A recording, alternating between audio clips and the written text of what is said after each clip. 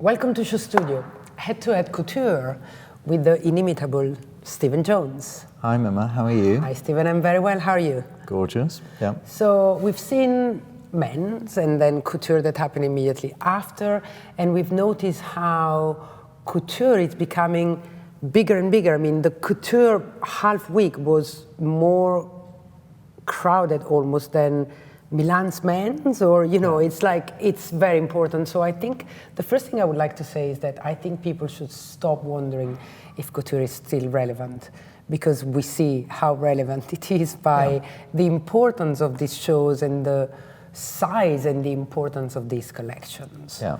So that's my entry statement.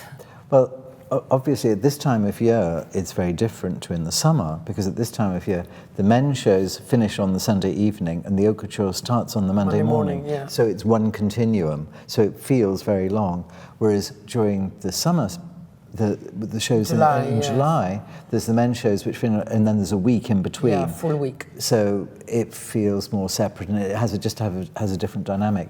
But yeah, I mean. But you must remember that couture, what, 5-6 years ago, was like 4 brands. Yeah. 5, you know, the big 4 or 5 that we're going to mention. Yeah. But now there are many more. Yeah, and because I think the champ syndical, who controls all of that, relax their rules a bit, and then there's people who are invited to be there, people who are actually on the list, so to speak, because, you know, to have an haute couture house in Paris... People as brand, you mean, or clients? Yeah, you have to make the clothes yourself, you have to have at least 25 employees, you have to show a collection twice a year of at least 30 outfits. You know, there's very, very specific things to be part of the champ syndical.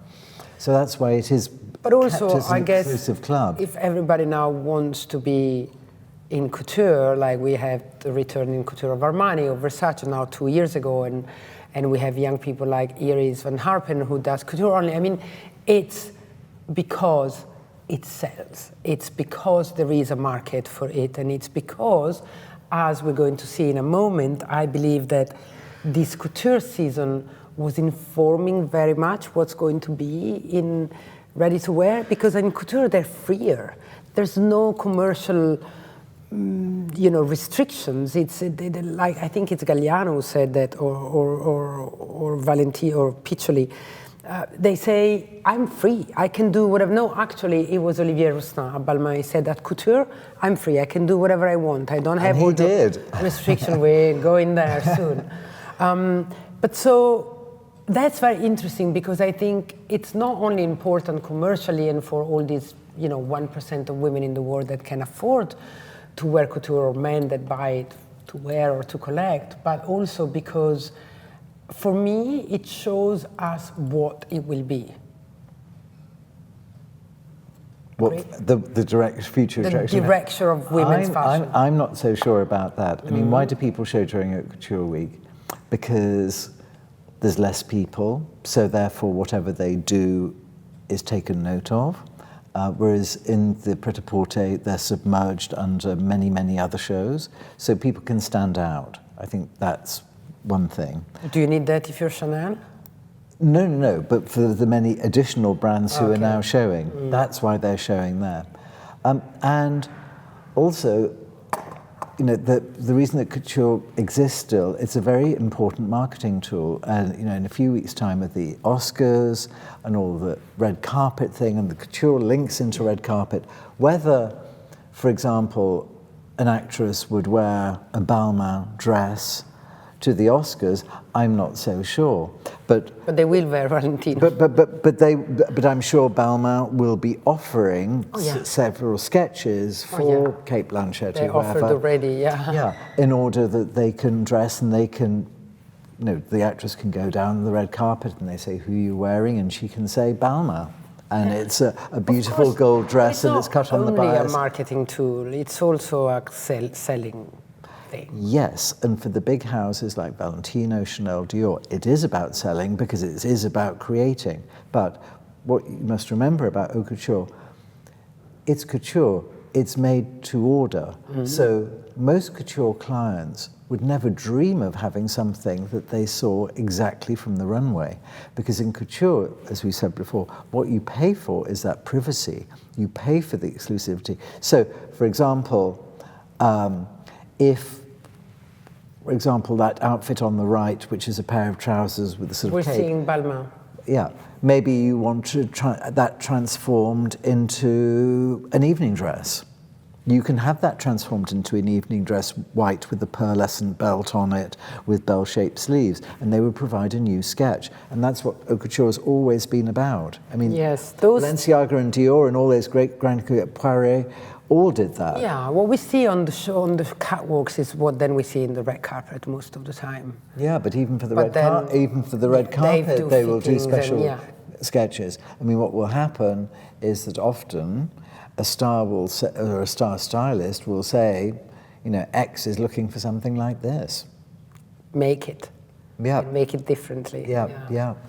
But let's start for me, I mean, one of the best days in fashion in recent time was the day that started with Margiela Couture by John Galliano and ended with Valentino Couture by Pierpaolo Piccioli. That was a very good day for couture, but for fashion in general, because it was an extraordinary display of talent, creativity, relevance, and you name it.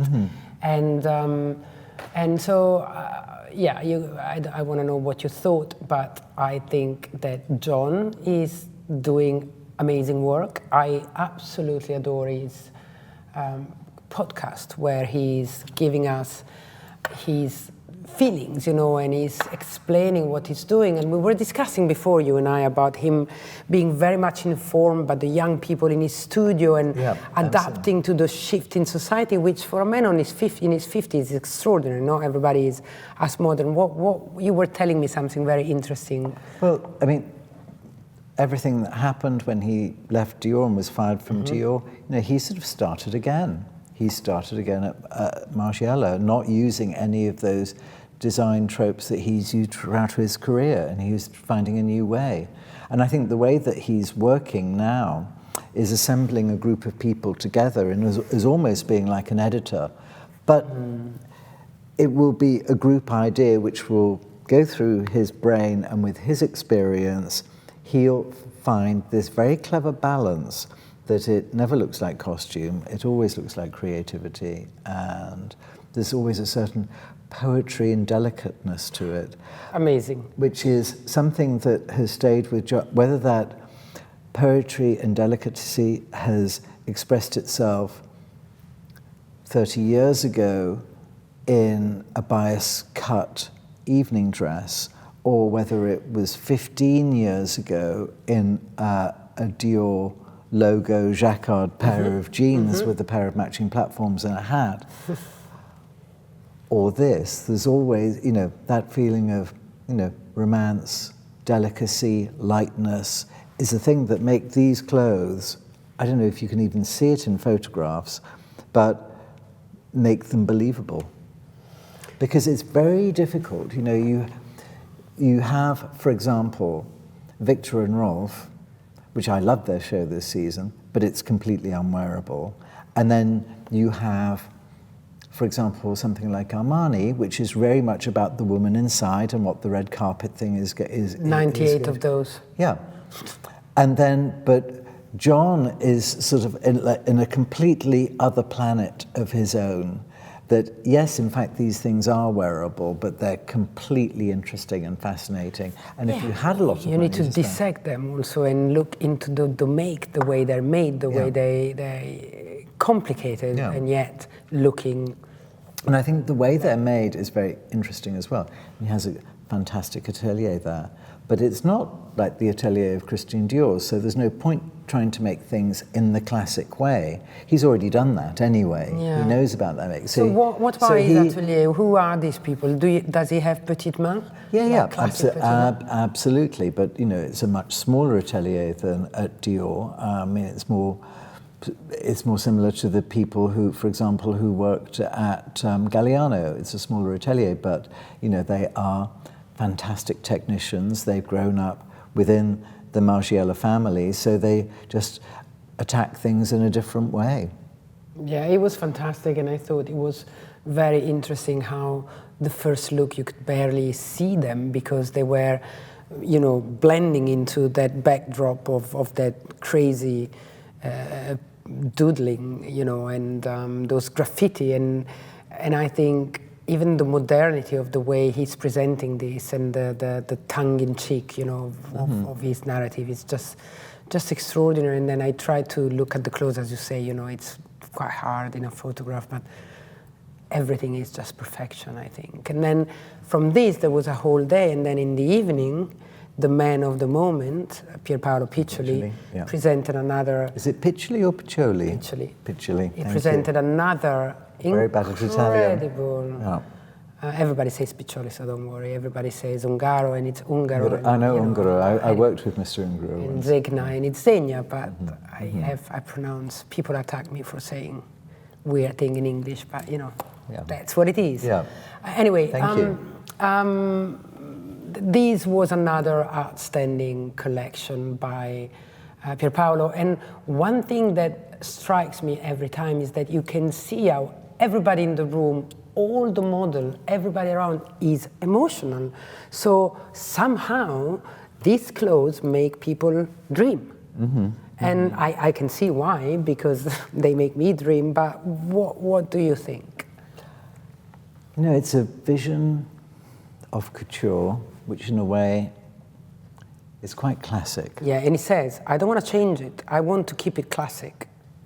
It's quite classic because, you know, it goes into that idea of grand 50s couture, which was about, you know, grandeur, presence, drama, beauty, and the image. No, not only the clothes, but also the image. So, you know, you have the girl wearing the volume of that coat, but with her beautiful slender neck coming up, with a little head perched on the top. Yeah. And that is a perfect balance. And he's a very experienced designer, so he knows how to do all that. My personal thing was I was astounded by the colors. Yeah, the last picture. No, even the earlier ones, like those turquoise pants with the beige trend coat. The day couture, that was genius. The day, looking back, I mean, that's that the chicest day couture possible. With not pale blue, it was a sort of a vivid pastel, and then that sort of gingery khaki. Yeah. It's quite courageous. I mean, it's extraordinary. I mean, just even the colors.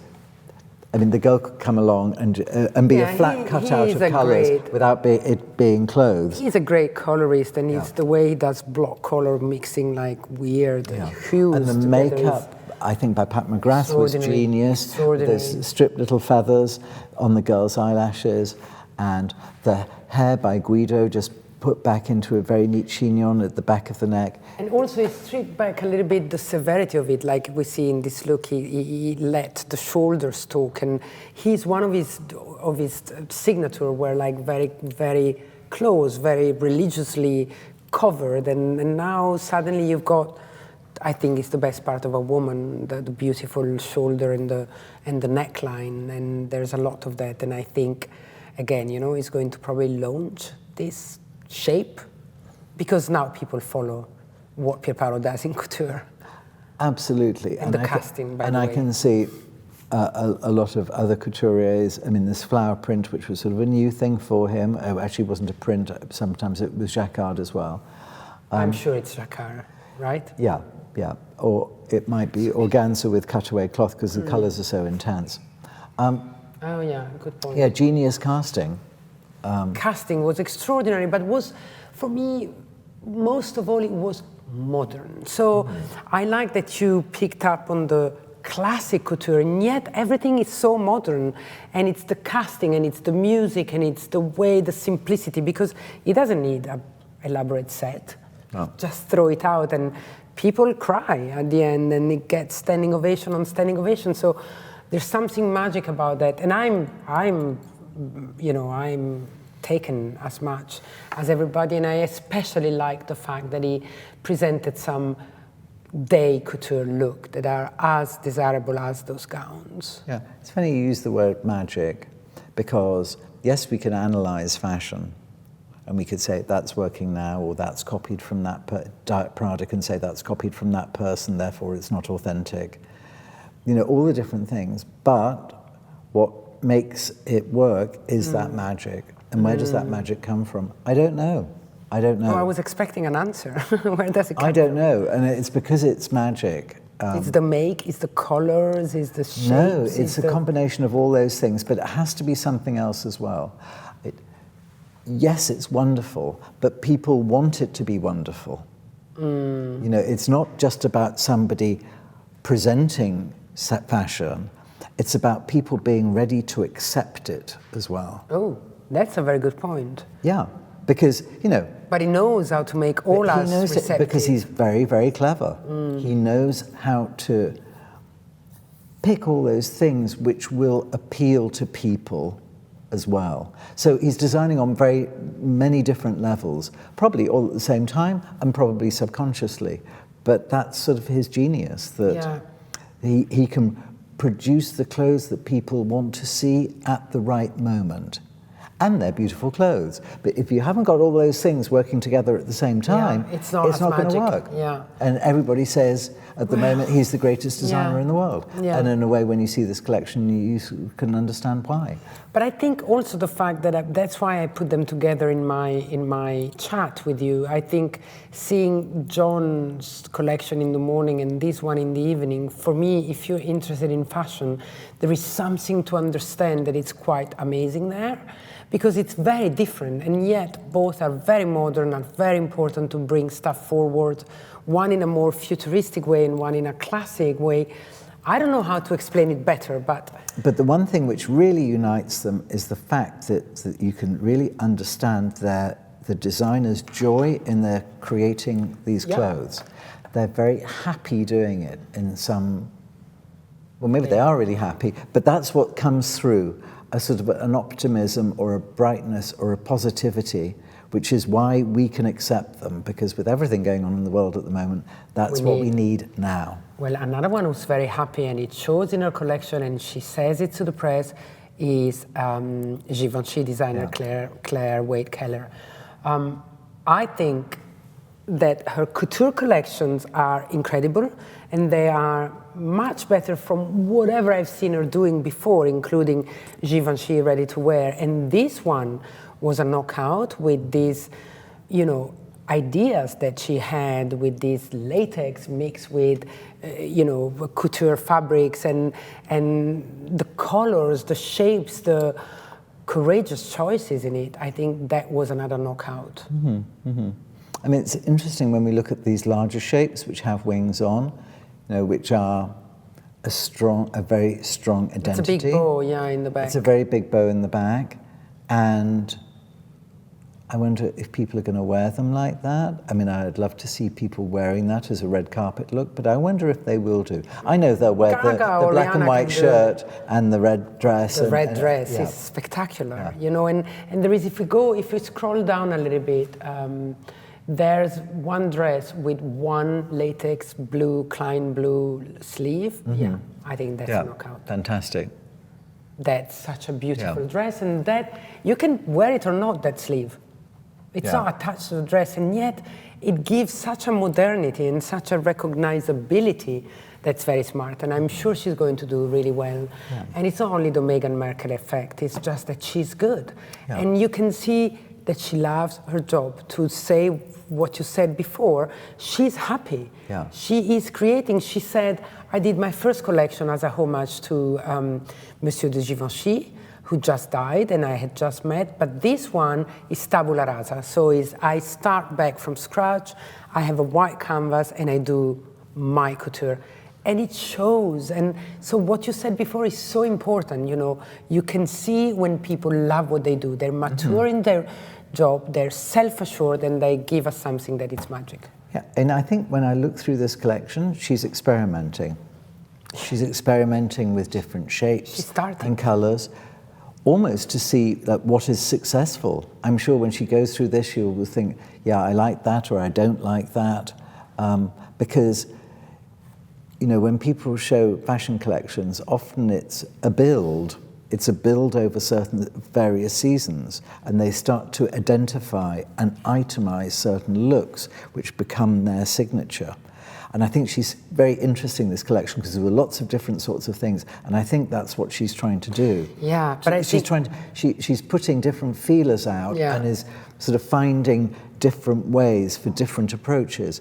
Maybe you could say they're all for different women, because different women want to have different things. But in a way, it is all about the one thing. But I feel, the lilac outfit we saw just before, this black one, the cut on that, each dress is very individual, which is also a hallmark of couture. Exactly, which is allowed in couture, right? Coming back to the Yves Klein blue glove or sleeve or whatever. Sleeve, glove, I think it's very fascinating as well, because, all these big houses make a lot of money from accessories. And at the moment, she's really been working on the clothes, because she's been working on the overall look, because she's rebuilding it from scratch. From zero. I mean, it wasn't zero, obviously, because Riccardo was there for a very long time.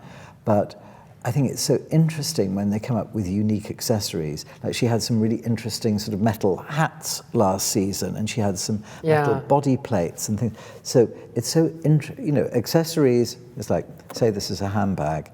How does that relate to the body? I think her relationship with accessories is going to be so fascinating, because I think she's taking a completely original route, and how that is applied to a handbag, which is going to sell in all the Givenchy places around the world. It's going to be a fascinating journey. And I love the fact that she's at the beginning of this journey. But I like that, and don't forget that she comes from menswear, and then she went into Pringle and whatever we know, but then where she became who she is, it's more at Chloe, and she adapted completely to this bohemian, girly look of Chloe, and then in my head, that's what she was doing, and then she goes to Givenchy and she shows me a completely different face, but great talent, and I'm very respectful of this ability of, saying I start from scratch, I experiment, like you say, but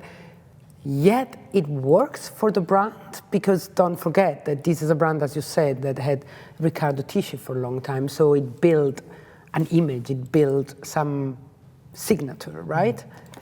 She's not destroying it at all. But when she arrived, there was a brief, and there was an established brief in a way, which was the oeuvre of Hubert de Givenchy.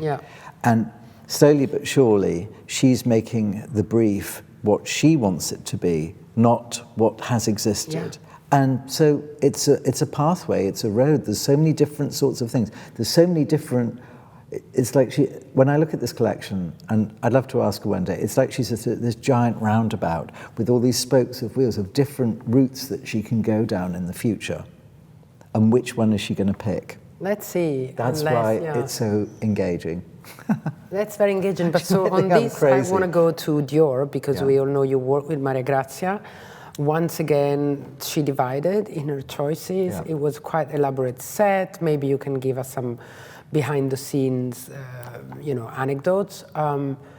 It was a good collection. It wasn't my favorite collection of Maria Grazia. I felt a little bit of confusion, but I also feel for her, because I guess the clients adore her, but the press attacks.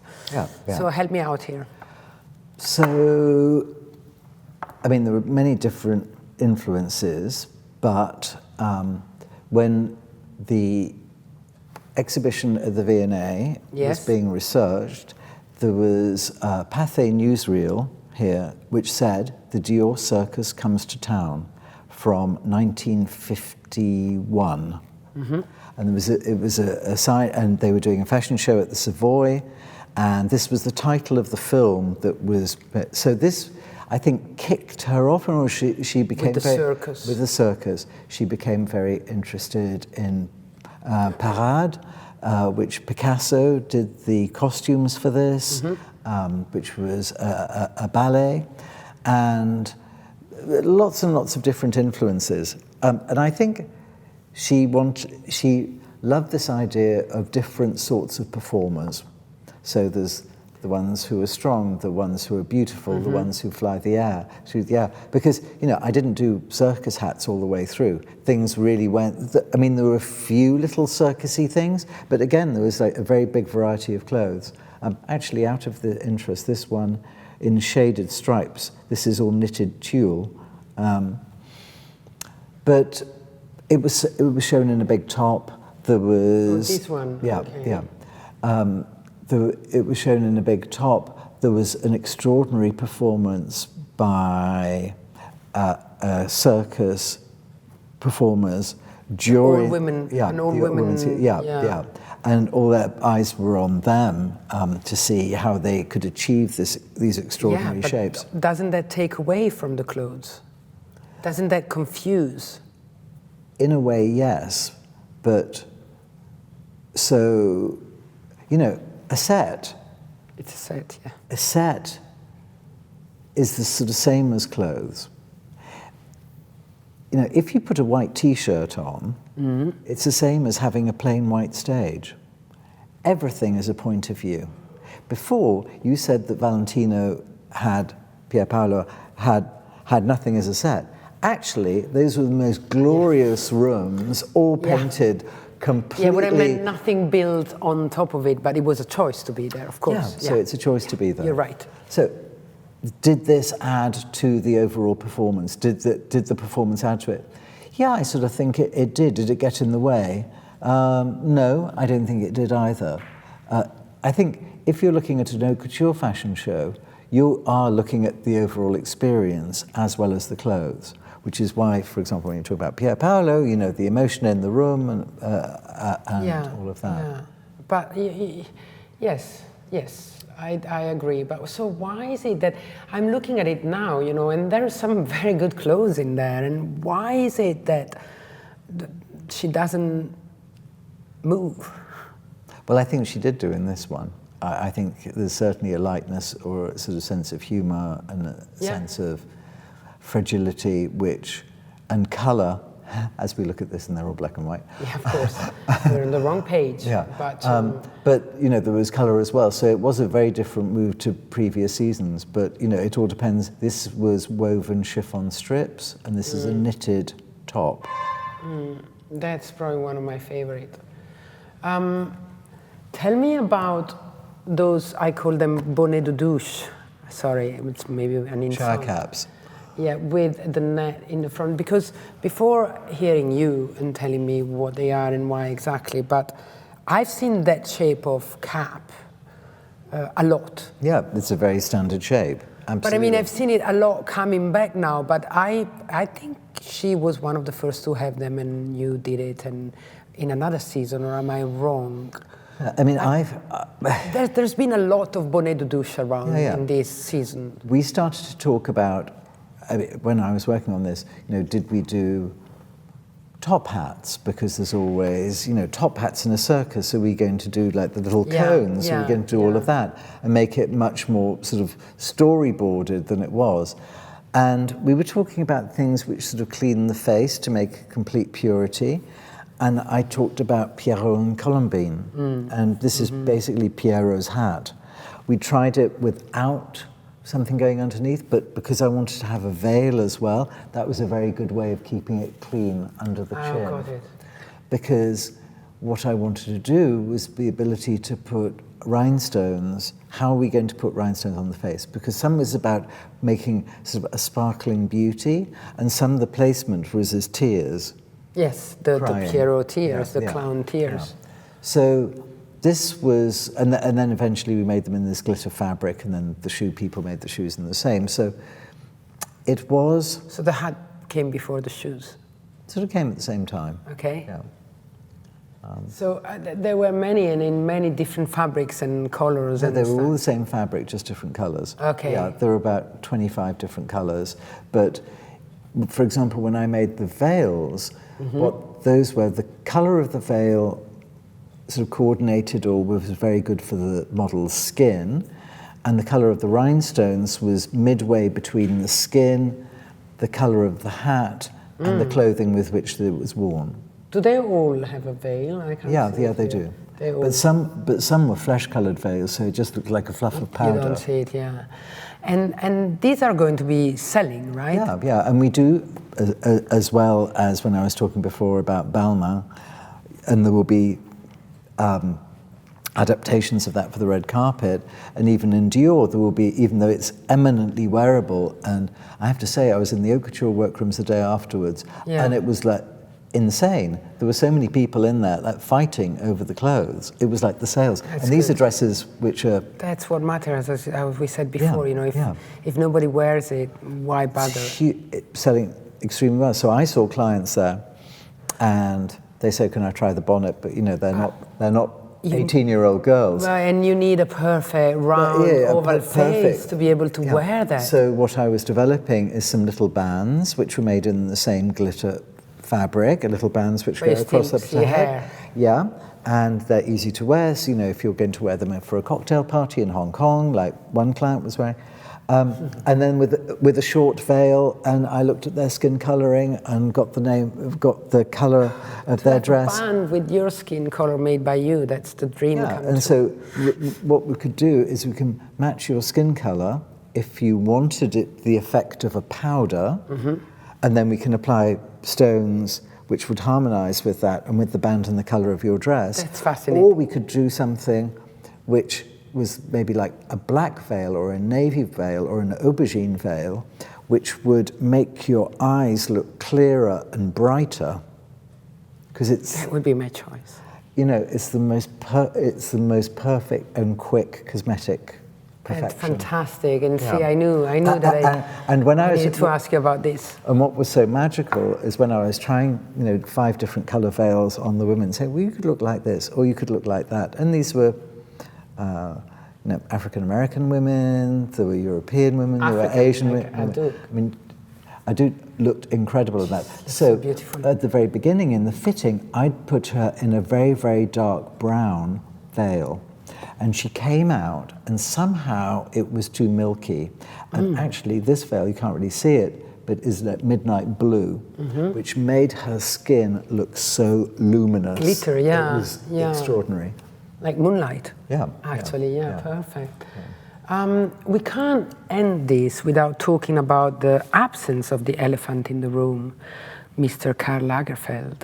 Right. And it's funny because I personally thought that it was one of my favorite couture shows of Chanel, and everybody knows I'm not very Chanel, I'm never very enthusiastic, but this one had some things that I thought were clever, and yet everybody talks about the fact that it wasn't there, and it was announced with a megaphone with Michel Gobert voice, I found out.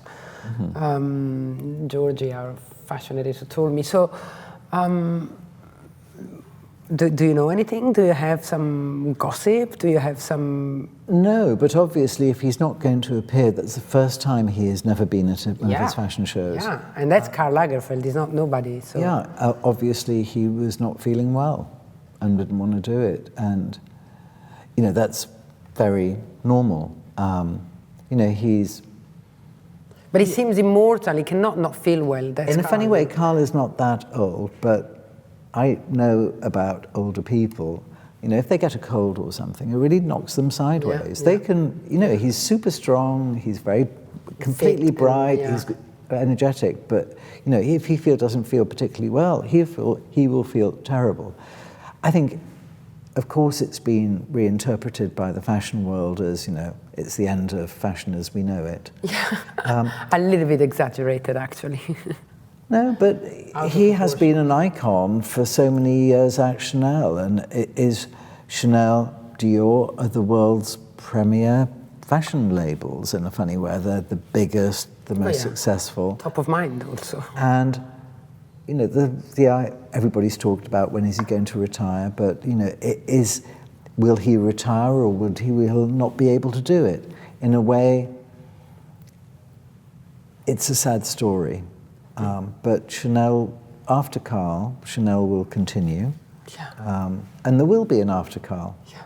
As Gucci has continued after Tom, and you know, and we've seen many other examples where people said it's the end of the world. But I honestly thought that this collection, you know, had something for me, more modern than usual. And usually couture, it's not what we would say more modern than. Yeah. But he was in all the fittings, you know, because I thought it was a very good collection. Susie Menkes went to visit him, and he was in the fittings. Was there, yeah. Yeah, he was fine. I just think he was feeling really, really not well on the day of the show. Yeah. But that's why I say it's a pity, because people have talked more about that than the collection. When I think this collection, it's Chanel, and it's, you know. Yeah, of course they but there are some very good ideas here. Yeah, I mean, it's human nature. And this is just one show. How many shows since 1983 or whenever he took over has Carl done? You know, is it 6 shows a year over that amount of time? So this is... Plus all the other brands. Plus Fendi. Fendi. Plus Chloe. Well, he did Chloe, but now he does Fendi, he does Karl Lagerfeld, and then he does all these other things that he does. And he loves it. And he has that energy to do it. And he's super fast. He draws everything. You know, he doesn't have a million sketch artists working for him. But see, this bride, ready to plunge, has also a bonnet de douche, but that's probably a bonnet de piscine. Yeah, well, you know, Is it the same shape of bonnet that you did for Dior? Not exactly, and this is on a solid base as opposed to a soft base. So, I mean, that's just a technicality. The shape of the Dior one, I'd made bonnet de bain, a swim cap for Keira Knightley in the film Entrapment. Colette? Oh, Entrapment. Yeah, and she wore one of mine during that, and the shape that I did for Dior was sort of based on that image. So that way, I made that for her probably 12, 14 years ago, something like that. No, was that Atonement? Atonement, not Atonement, that famous scene where she's sitting on the plunger. Yeah. Fantastic, yeah, that was probably the best photo of the film. Yeah. Oh, I love your stories, Stephen. So I got the name of the film right. On this, on this. I worked on that one too. I did the mask there. Yeah, but that was Atonement, I guess. Your bonnet de bain. Mm-hmm. Anyway, thank you very much. It was a pleasure as ever. Yeah. I'll see you hopefully for some. Did we talk about Viktor and Rolf? No, we didn't. Yeah, okay, I'll give you 2 minutes. Yeah. Let's go, sorry guys. I only need 5 seconds. The big blue one. Let's quickly see 1 or 2 images of that. Yeah, scroll down, scroll down. Thing. No photo, please. I think that was my favorite, because that's where probably the most photograph of them all, right? Yeah. I mean, the white one is fairly major. Did you see there was someone who did all these pictures where put photos of famous people on each dress and they changed the writing? Yeah. So that was There is story. One coming up, I think. I love I Am My Own Muse. I Am My Own Muse is very, very good. Well, if I were a star, I probably would wear the No one at this coming Oscars. Yeah, let's go back up. I think I actually missed my... Oh. I love No. Yeah, No. Can we click on No to make it expand it, please? There it is. Now, there's a dress. It's a beautiful dress, actually. Yeah, there's a dress. So what do you want to say about that? That wouldn't fit underneath the seat in front of you, would it? No, that would be quite... You have to sit front row at the Oscars, otherwise they don't let you in. Yeah. But I think if I were Lady Gaga, I would... Well, I already suggested that she goes in One Beautiful Valentino, but that could be, you know, her entrance, like, no. Yeah. The world is really going down the drain. What does it say? I'm not shy, I just don't like you. So genius. That's quite. That's my Oscar look. But is that? Yeah. But is that? Is that? I mean, does it even matter? But is that? You said that's probably not sellable. So. Oh no, it isn't sellable because they're like T-shirt images, T-shirt text. But that will people. Put on a Giambattista Valli volume. But that people will go to Viktor and Rolf and say, can I have the no photo please without the no photo please writing? People will go to Viktor and Rolf and buy Flower Bomb perfume. Oh. Can we close on this? Yeah, but this is, you know, some of these dresses are my favorite things, and I've spoken to a few other fashion designers and they adore them as well, because they're really out there as far as what fashion can be. You know, that's, I mean, if Lee Barry was allowed live today, he would have worn each and every one of them and had the best time ever. I truly hope we will see one of them somewhere, Yeah, and yeah, I really so. urge you to wear it at the Yeah. Oscars. Yeah. Thank you so much, Stephen. Always you, a pleasure Mimma. to have you, and goodbye. Great to be here.